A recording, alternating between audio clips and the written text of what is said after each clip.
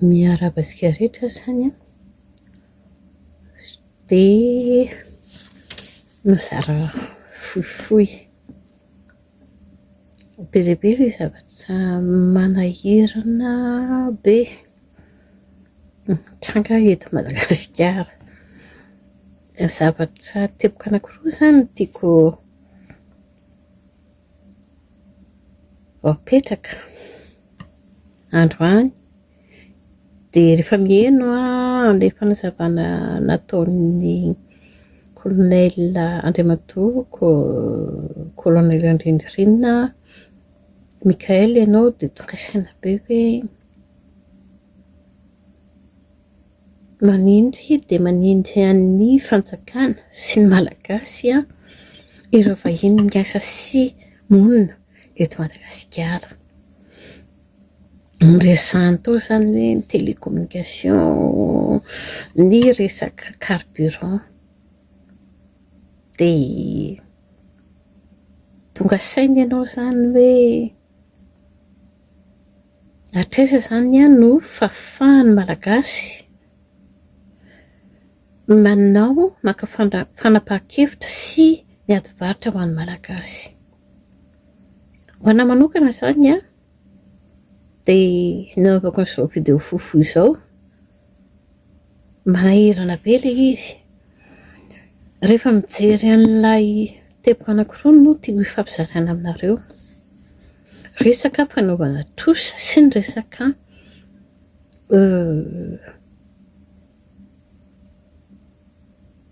fampianarana ambony sy ny fikarohana. Voalohany indrindra zany mizara be dia be hoe Madagasikara amin'izao lera itenenantsika izao dia 3 milliards de dollars ny trosa Madagasikara. Banque mondiale fotsiny izay. Tsy mbola moa zany ny FMI, ny FMI mbola misy 1 milliard 200 millions de dollars. Tsy mbola ao ny AFD, tsy mbola ao ny Union Européenne, tsy mbola ao rehetra ireny. Fa mandoa trosa tsika. Ohatran'ny nampalahelo masorena ny fanazavan'ny colonel hoe dia ilay malagasy foana no boretina. Dia teny izay ny zava-misy. Fa ny zavatra misy anankiray manaraka koa dia izao. Mba miady ho an'ny tena ve ilay malagasy. Raha miresaka tositsika sy ny fanaovan-draharaha Banque mondiale dia ny menomenona koa sy anaovako vakiady. Hoe fa maninona moa izay Banque mondiale tsy maintsy miaritra ny fanapahan-kevitrareo ka ny orinasa vahiny daholo no mahazo ny ankamaroan'ny tolotrasa. Ary eo anatin'io ireo tolotrasa amin'ny orinasa vahiny amina millions de dollars eo dia mampanontany tena hoe inona zany no tokony ho azon'ny malagasy naovana négociation. Navoakako teo hoe 24 millions de dollars no volan'ny DSIM nahafahana mameny terminaux numérique hono. Dia hoy sisa hoe izay ve no tena maika. Fa tsy izay rery ihany ary ananganana izay hoe vakiady amin'ny Banque mondiale hoe PDB Banque mondiale, PDB ny fanaovana trosa. Izay trosa tsy manjary ataonay malagasy amin'ny Banque mondiale. Anaovako antsoavo amin'ny malagasy rehetrarehetra izay ny ziny tongotra vy ireo fikambanana tanora ray manontolo ireo hoe mijoro arao ny tokony fampiasana an'ireny vola ireny. Anokana fotoana rehefa manaraka hoe izao daholo ny vola mivoaka voakako tsikelikely eo ilay izy ary mbola ho ampiana. Rehefa voaka ny ankizy hoe madama izao ny fanaovan'ity olona ity mahafinaritra be alefaso daholo fa ho arahantsika tsirairay ireny. Teboka zany ataoko eto androany dia tsotra hoe rehefa mijery ny fampiasam-bola Banque mondiale teboka voalohany Banque mondiale, rehefa mijery fampiasam-bola, anareo izay dia ny olo-masa vahiny, ny sampandrara vahiny no mahazo ny vola be. Fa tsy mahazo vola mihitsiny ny sampandraram-panjakana, ny université-mpanjakana, ary ihany koa ny sampam-pikarohana amin'ny fanjakana. Mahavariana be ilay izy mahavariana be. Eto amin'ity teboko ity inona no tena mampalahelo? Sany Banque mondiale ny mitanisa ny tsy fanjariana rehetrarehetra misy eto Madagasikara. Tsy manjary ny human capital, tsy manjary ny capacité institutionnelle, tsy manjary ny sakafo, ny nutrition. Lasain'ny Banque mondiale 1,550,000 hono ny olona tratran'ny tsy fanjarian-tsakafo.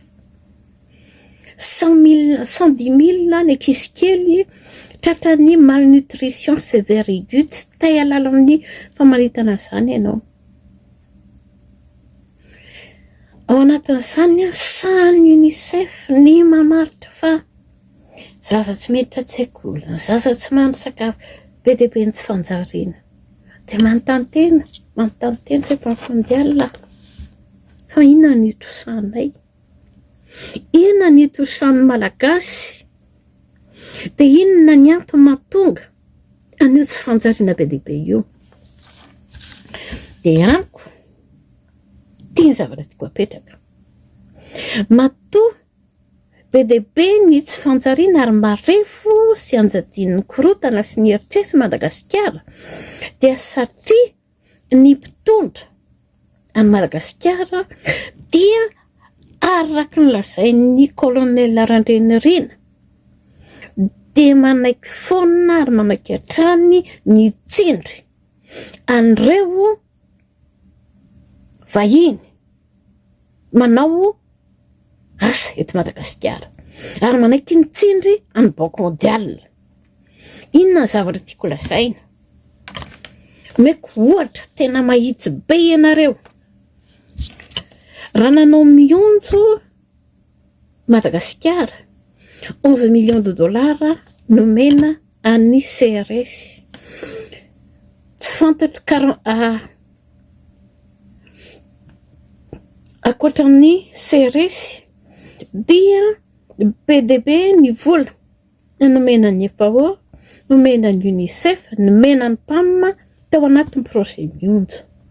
Rehefa anontaniana izany zavatra izany dia hoe or Banque mondiale dia firy tamin'ireo no mba azo ny sampandraram-panjakana malagasy? Tsy fantatra. Firy tamin'ny vola mionjo no azo ny université sy ny sampandraram-pikarohana malagasy? Mandeha ndraiky ohatra n'izany tamin'ny andro ny gazef dia izy mahazo vola be dia be ao anatin'ilay izy ny RD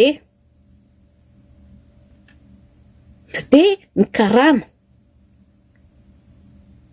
Dia rehefa anontanianao inona ny zavatra azo malagasy dia tena manify ka sy vazaha vahiny hatrany hatrany mahazo vola. Fa izao ilay vahiny sady tsy mandoa ny ofany reny sampandraram-panjakany reny no mitaingina fotsiny eo amboniny. Dia ohatr'izay hatrany ny fomba fiasa ao ambanin'ilay IRD ny fifamanao fa fifa izay rehetrarehetra fanjakana. Dia hoy izy izany amatsain'ny Banque mondiale hoe Banque mondiale teboka faharoa mila fanarahana maso akaiky reny. Inona daodao ny zavatra vita an'ireny reny trosana tao malagasy reny ka ny sampandraram-panjakana no ao ambaniny vahiny. Za zany dia mametraka man'ny fitondrana revoyez-vous amin'ny atsipriany indray tompoko ny famatsim-bola ny Banque mondiale réalignement. Non, tout ce qui est réalignement n'est pas suffisant. Il faut aller en détail, en profondeur, en longueur et en largeur de tout ce qui est financement au niveau de la Banque mondiale. Fa inona zavatra tena hoe tokony angatahana amiko izany dia apetrako ny Banque mondiale. Misy be dia be ny tsy fanjariana eto Madagasikara, fa amin'ny famatsimbola ataonareo koa dia mbola be dia be ny tsy fanjariana. Ary tsy rarahanareo mihitsy miady amin'ny fahalovana nareo, fa nareo ny tena manao ny fahalovana. Ho anahako tsy hitrany Tsipriany lavitra be, fa ozy izy izany hoe ho an'ny teboka faharoa, ho an'ny famatsimbola amin'ny Banque mondiale rehetrarehetra, dia oka aloha azava alohan'ny hamezanareo vola ny PAM, ny UNICEF, ny UNOPS, ny FAO, PNUD, UNEP, dia oka retompoko zefa sy ny rehetrarehetra, dia oka retompoko apetrao ihany koa ny fankanana vola ho an'ny université anay, fampianarana ambony, sy ny centre de recherche iray manontolo ary ny laboratoire national reny. Inona ny antony?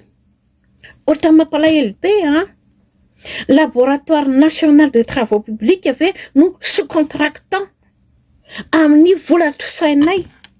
Ny FOFIFA ve no tokony sous-contractant amin'ny vola trosainay. Dia ny université amin'ny fanjakana iray manontolo tsy misy mahazo financement Banque mondiale. Dia hoy izany hoe efa tsy mety intsony.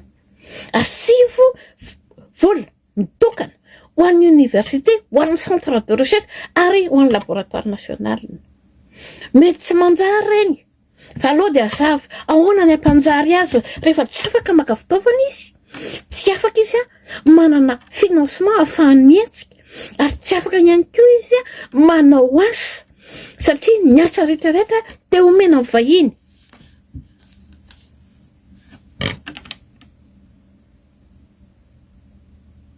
Navoaka tsirairay reny. Fa amiko aloha tisany mba hanomboana. Ohatra amin'io hoe vola tokana ho an'ny université sy ny sampandraraha-pikarohana io, ary fampitaovana ny sampandraraha-mpanjakana, dia oka zava-be. Ny resaka rehetrarehetra vola ao anatin'ity resaka rivo-dozy ity, ahoana no tokony ahoana no ahafahan'ny université sy ny centre de recherche mandray antsara maka traikefa amin'ny fanaovan-draharaha, maka apambola ahafahany manana capacitation ka maka fitaovana ahafahany miasa. Ahoana no ahafahan'ireny olona ireny koa maka ny apambola mba ahafahany zareo mba miaina. Raha misy mpianatra ny université Thomasina, ny région Atsinanana, région Loatra Mangoro, région Atsinanana na région any izany ambony ao,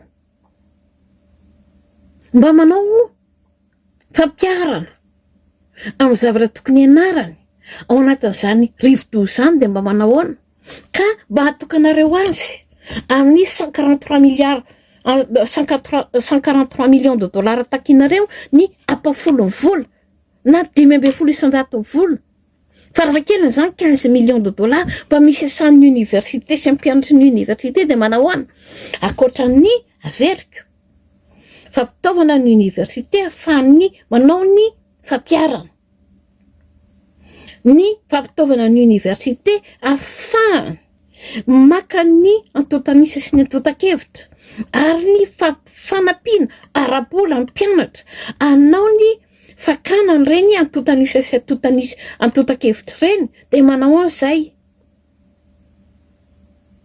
mivoatra be dia be ny kapasité an'ny université an'ny Thomasina raha ohatra ka manao an'izany dia za mananga foana